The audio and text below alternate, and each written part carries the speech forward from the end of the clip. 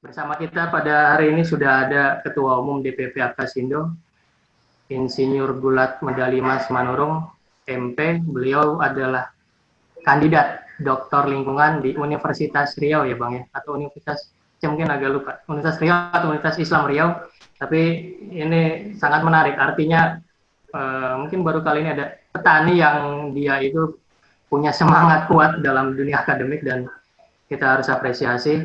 Untuk pembicara pertama saya mohon izin kepada Ibu Rosdiana, Ibu Dia, Pak Arismansyah, untuk kita kasih kesempatan kepada Bang Bulat Medali Mas Marung, karena beliau ini petani yang nanti akan merasakan dampak dari mandatory ISPO yang rencananya mungkin 40 bulan lagi ya, akan dijalankan. Nah Bang Bulat sering sekali cerita, mengeluh lah, gimana ini Bang nanti kalau ISPO diterapkan, anggota kita ini siap atau enggak, jangan-jangan nggak bisa jual buah nanti ke pabrik. Nah itu yang mungkin akan menjadi topik khusus yang akan kita bahas pada siang kali ini. Baik, silakan Bang Bulat, waktu untuk tiap pembicara 15 menit.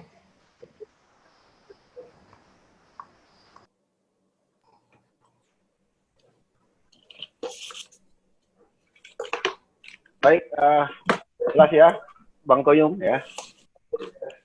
Siap, jelas Bang. Jelas ya. Oke, baik, terima kasih. Assalamualaikum warahmatullahi wabarakatuh. Salam sejahtera buat kita semua. Semoga hari ini adalah hari yang baik untuk kita semua mendengarkan apa yang disebut dengan mau kemana. Tentu kita jangan salah beli tiket supaya jangan salah alamat, ya kan Bu Dia. Nah, saya mencoba menyampaikan versi petani, tentu dengan bahasa petani yang memang kami petani kampung. Nah, Akasindo itu Bapak Ibu itu berada di 22 provinsi, 117 kabupaten yang memang dipimpin Dewan Pembina kami langsung dipimpin oleh Bapak Muldoko, dan beberapa kali kami telah rapat di Istana Negara membicarakan tentang ISPO dan bagaimana tanggapan petani dan apa yang akan kami lakukan untuk bisa meraih ISPO, tentunya dengan bantuan daripada pemerintah. Akasindo itu adalah organisasi legal yang berdiri tahun 2000 dan sekarang sudah berumur 20 tahun yang langsung diarahkan oleh Bapak Menteri Hukum dan HAM seperti pada layar. Melihat peta perkumpulan ini sepertinya memang ada di mana-mana. 22 provinsi kami hadir bersama petani sawit di Indonesia.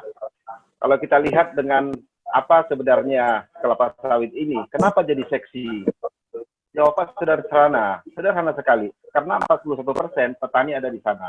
Kalau semuanya pengusaha mungkin nggak akan seksi, biasa-biasa aja. Tapi ketika pemerintah mengatakan dan melihat petani ada di dalam, maka pemerintah harus ikut mencari solusi segala persoalan-persoalan yang kami hadapi petani kelapa sawit Indonesia. Kalau kita lihat dengan materi yang disampaikan oleh Bang Koyum, maka saya membagi 4. Mungkin karena saya anak nomor 4, maka saya selalu membuat 4. Yang pertama yaitu adalah profil petani kelapa sawit, yang kedua adalah dampak perkebunan kelapa sawit secara global, yang ketiga adalah realita, tantangan, hambatan pekebun kelapa sawit rakyat, yang keempat upaya dan solusi. Kalau saya coba tampilkan Bapak Ibu, Ibu Rosdiana, senior saya, Ibu Dia, Pak Arismansyah, ntar lagi ada juga Pak Heru. Saya lihat ada tadi sini Pak Ajis. Pak Ajis adalah mbahnya ISPO yang saya tahu, dan dia instruktur saya untuk belajar auditor ISPO, dan juga Bapak Ibu semua ada di sini yang sangat saya hormati. Saya mencoba menggambarkan tentang mengapa biodiesel ini atau kelapa sawit menjadi sangat seksi.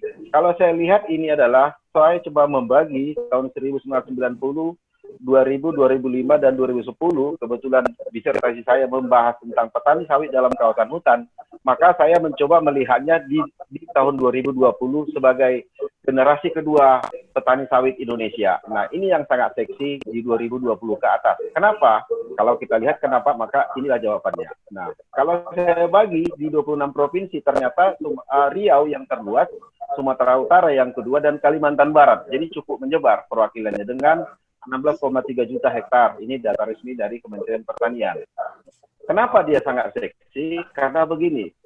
Karena kalau saya bagi dia tentang persepsi petani tentang sawit, Ibu Rosdiana, bahwa ternyata pada era 2008 ke bawah, inilah persoalan kami petani. Pertama adalah masalah bibit, pupuk, prodi, panen, dan terus sampai ke bawah yang adalah regulasi pemerintah tentang kawasan. Tetapi luar biasanya itu, setelah tahun 2008 sampai dengan sekarang, yang dulunya kami tidak dengan kawasan, ternyata pada saat ini, tahun 2008 sampai sekarang, 2020, hasil penelitian kami dari R&D di PP Apkasindo, ternyata melonjak ini, nomor 10 di 2008 ke atas, menjadi persoalan yang sangat berat bagi kami, itu regulasi pemerintah tentang kawasan. Dan selanjutnya ke bawah seperti kita urut. Ternyata memang regulasi ini sangat ngetop pada saat ini. Selanjutnya saya coba bagi itu dengan dampak perkebunan kelapa sawit kepada petani dan bagaimana kami akan menghadapi ISPO ini. Nah, kalau kemarin ada ribut-ribut mengatakan petani Indonesia dalam keadaan kelaparan segala macam, dengan sigap Pak Sekjen membuat survei ke 11 provinsi di seluruh Indonesia, ternyata yang disebut dengan petani kelaparan terdampak dari pandemi COVID-19 tidak benar. Ini adalah data real yang kami lakukan dengan kesederhanaan kami dibantu oleh Bapak Dr. Bayu untuk menganalisanya, maka muncul data seperti ini. Jadi kesimpulan kami dari 14 poin pertanyaan, tidak benar petani kelapa sawit terdampak dalam konteks kelaparan akibat COVID-19. Justru yang terbalik, yang terjadi adalah petani sawit Indonesia masa-masa emas daripada kelapa sawit Indonesia. Mungkin dipengaruhi oleh banyak faktor. Pertama adalah setelah Pak Presiden meluncurkan pada bulan Desember B30. Makanya harga sawit di semester pertama tahun 2020, Januari, Februari, Maret, April, berbanding dengan 2009 bulan yang berbeda, ternyata sawit Indonesia pada 2020 sangat seksi di tengah pandemi COVID-19 ini.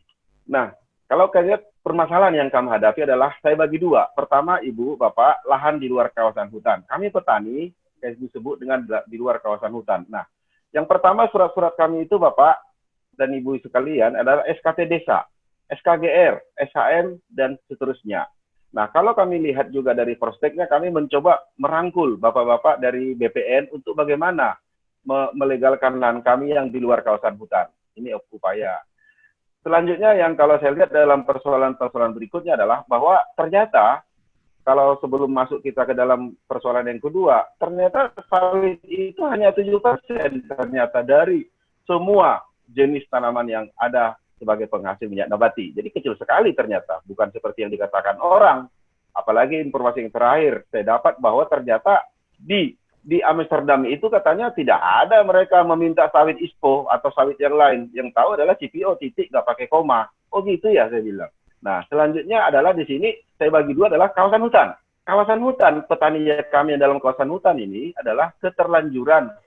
Yang kedua adalah fungsi pengawasan tidak ada. Yang ketiga adalah ketidaktahuan. Semuanya ini mengikat regulasi terkait Perpres 88, Impres nomor 6, Impres nomor nomor 8 tahun 2018. Ini adalah pintu yang diberikan pemerintah untuk menyelesaikan sawit dalam kawasan hutan ini, Bapak Ibu. Nah, kalau ibarat kita ada rumah, ada jendela, ada pintu, ada lubang angin, semua diberi pemerintah. Tergantung mana sulit kecilnya permasalahannya yang dihadapi petani. Kalau kita lihat juga hasil sebaran kami, Bu, sebetulnya saya meneliti tentang sawit dalam kawasan hutan, ternyata Bapak Ibu, petani itu hanya sedikit sekali yang di dalam hutan lindung.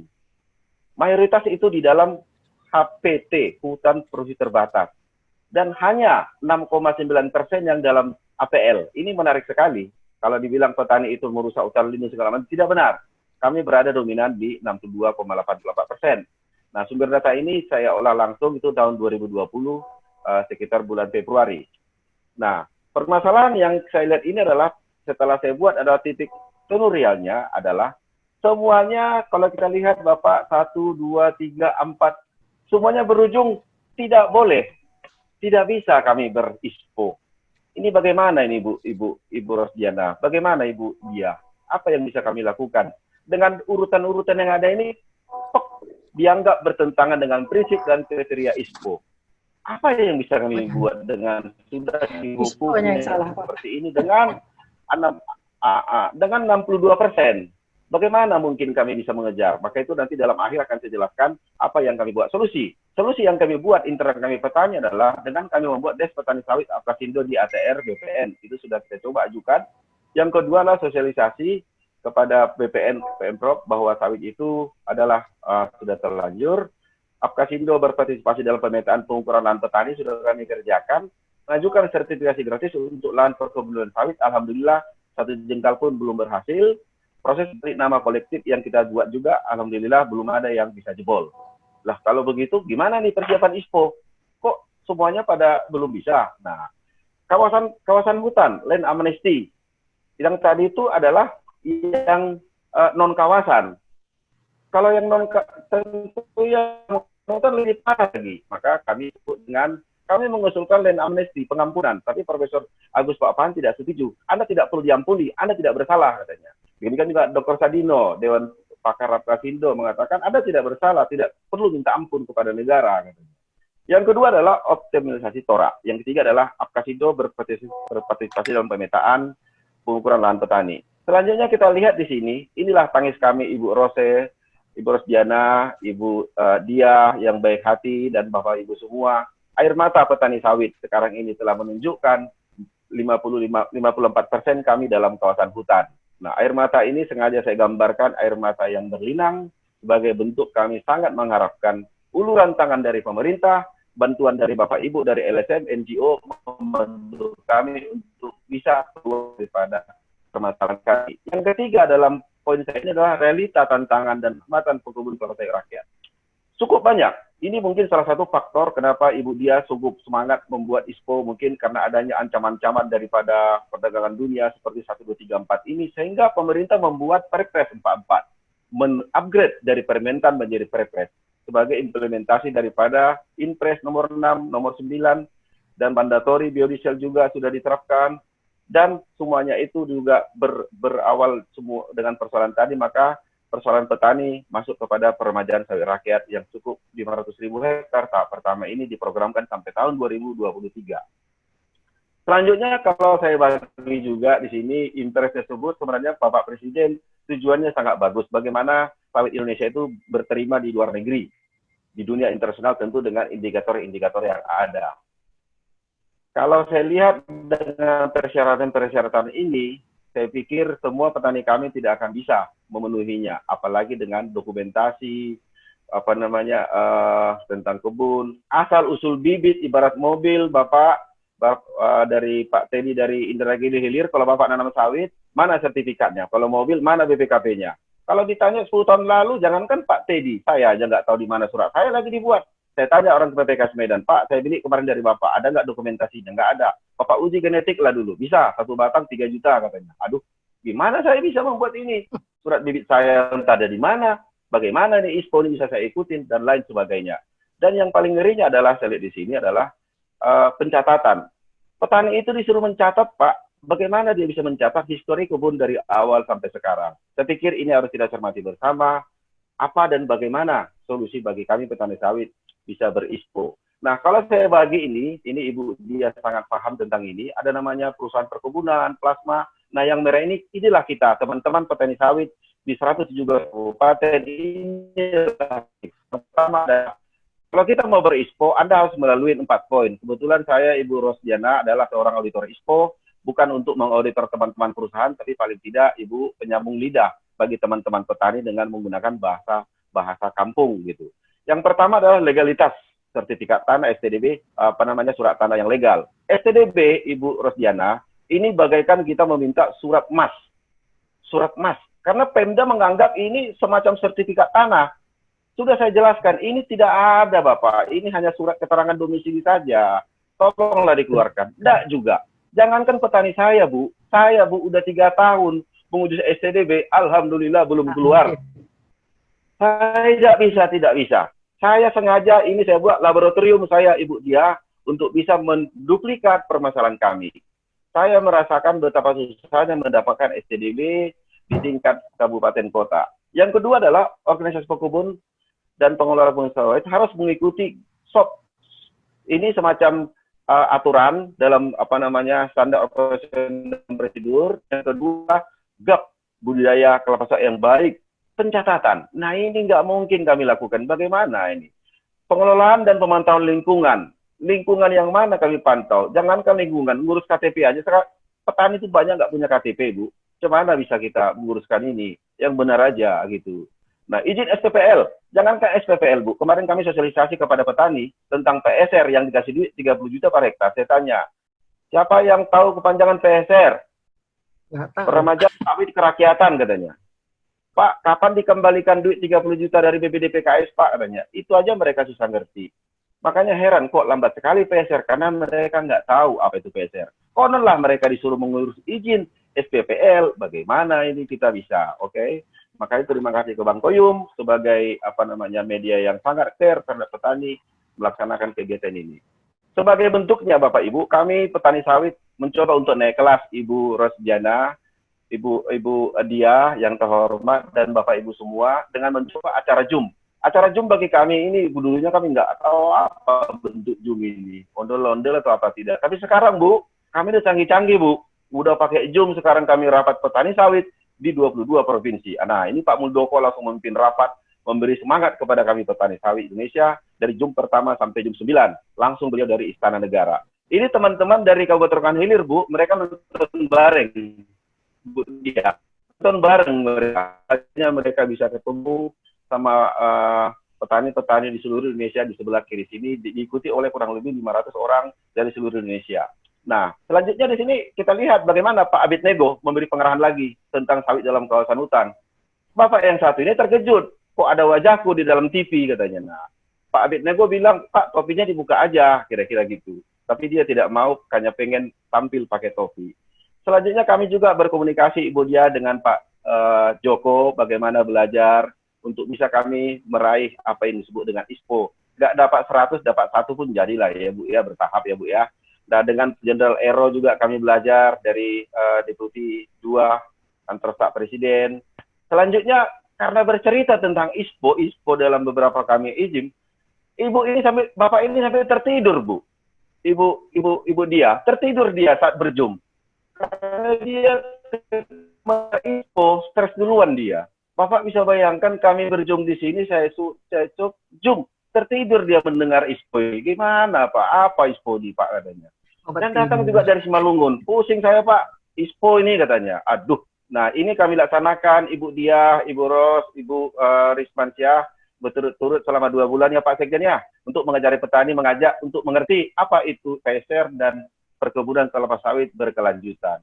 Selanjutnya kami juga bicara dengan dari Papua, apa yang saudara hadapi dari Dewan Minyak Sawit Indonesia, Ibu bagaimana dengan kami, dengan auditor ISPO, Ibu Kartika, dan juga dari Malaysia, dari MPOB Malaysia. Kami mau belajar Bu, kami harus naik kelas, harus menjadi petani yang Ibu Rosdiana harapkan, menjadi petani yang mengerti akan teknologi.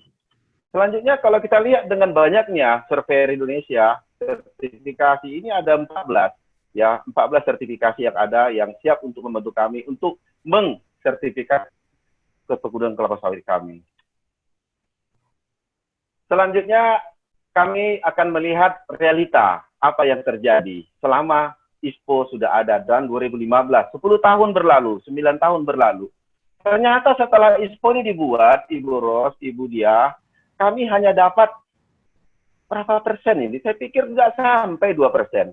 14 koperasi plasma atau setara dengan 0,2% dari total lahan petani kurang lebih 5,8 juta hektar. Sudah 5 tahun berlalu. Kita lihat juga perusahaan juga baru mencapai 50%. Petani baru 0,2%.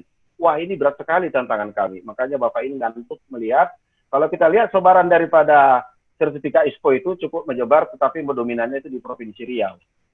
Nah, permasalahan yang kami hadapi jelas, tetapi yang perlu saya catat, ternyata permasalahannya hampir sama antara perusahaan dengan petani.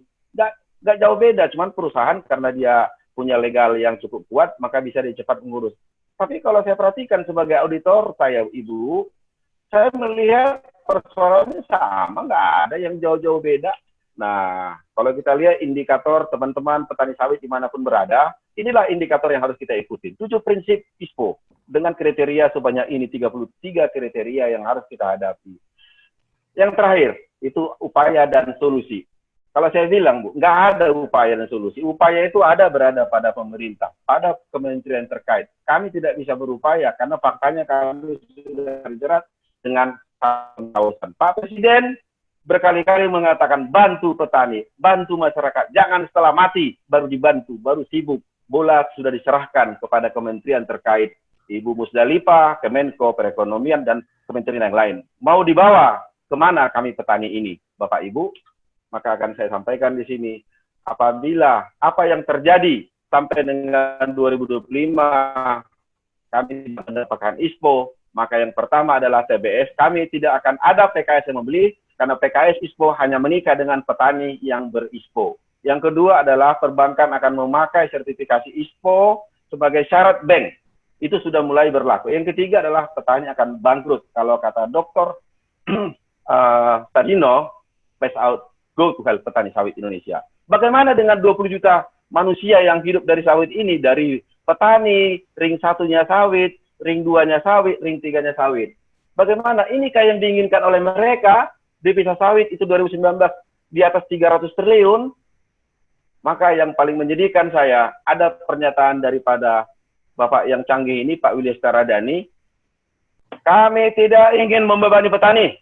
Malahan sudah menjadi kebijakan pemerintah ingin membantu petani. Jika petani belum memiliki buah sawit, mereka tidak akan diterima pabrik. Ujar Willy Staradani, Ketua Tim Pemetaan ISPO, tak berbincang di kantornya. Menyedihkan sekali, COVID-19 saya ganti dengan COVID-44, artinya adalah tahun 44, COVID ISPO saya sebut. Kalau kami tidak menemukan vaksinnya, Ibu, Bapak, petani sawit akan menghadapi namanya phase out dari perkebunan kelapa sawit Indonesia. Tahun 2025 ISPO wajib bagi petani, telah sesuai dengan Perpres 44 tentang ISPO, waktu mundur 54 bulan ke depan. Kami petani sawit Indonesia siap untuk diispokan, tidak mau terpapar COVID-44. Kami petani mendukung sawit berkelanjutan. Kami juga petani sawit ingin naik kelas. Berikan kami kompas, berikan kami mapping, kemana kami pergi, supaya kami jangan tersesat. Bantu kami Ibu Diah, bantu kami Ibu Ros, bantu kami auditor sertifikasi ISPO, bantu kami bapak-bapak yang ada di kementerian, supaya kami menjadi petani sawit yang setara dalam menggapai sertifikasi ISPO berkelanjutan. Mungkin suatu hal yang mustahil, tapi kami akan tetap berusaha sekalipun hanya secara bertahap. Demikian yang bisa sampaikan, saya juga berusaha untuk dengan cara kami petani mengikuti arahan dari pemerintah untuk berpartisipasi dalam sawit internasional di Swiss. Terakhir itu adalah di Madrid, dan terakhir kami ikut belajar ISPO, Ibu, Bapak, untuk bisa membantu menyuarakan petani kami dan ikut ber-PSR supaya petani sawit Indonesia setara, petani Indonesia merdeka. Demikian yang bisa sampaikan. Wassalamualaikum warahmatullahi wabarakatuh. Waalaikumsalam warahmatullahi wabarakatuh. Terima kasih Bang Gulat untuk presentasinya. Hebat Bang. Jadi intinya sebenarnya tadi yang saya catat kurang lebih petani dan perusahaan menghadapi. Mohon izin Bang Koyum, Bapak Ibu semua, kebetulan saya di CNBC live sekarang di TV dengan Pak Menko Perekonomian. Mohon izin saya setengah jam ke sebelah Pak ya. Mohon doa karena dibicarakan juga di sebelah tentang sawit Indonesia berkelanjutan dengan Pak Menteri Erlangga. Terima kasih Pak. Baik, terima kasih Bang Gulat. Sukses ya Bang ya. Moga-moga persoalan petani bisa lebih banyak didengar oleh semua pihak. Tidak hanya teman-teman yang di pelaku industri yang paham persoalan petani, tapi bisa lebih jauh lagi masyarakat yang luas.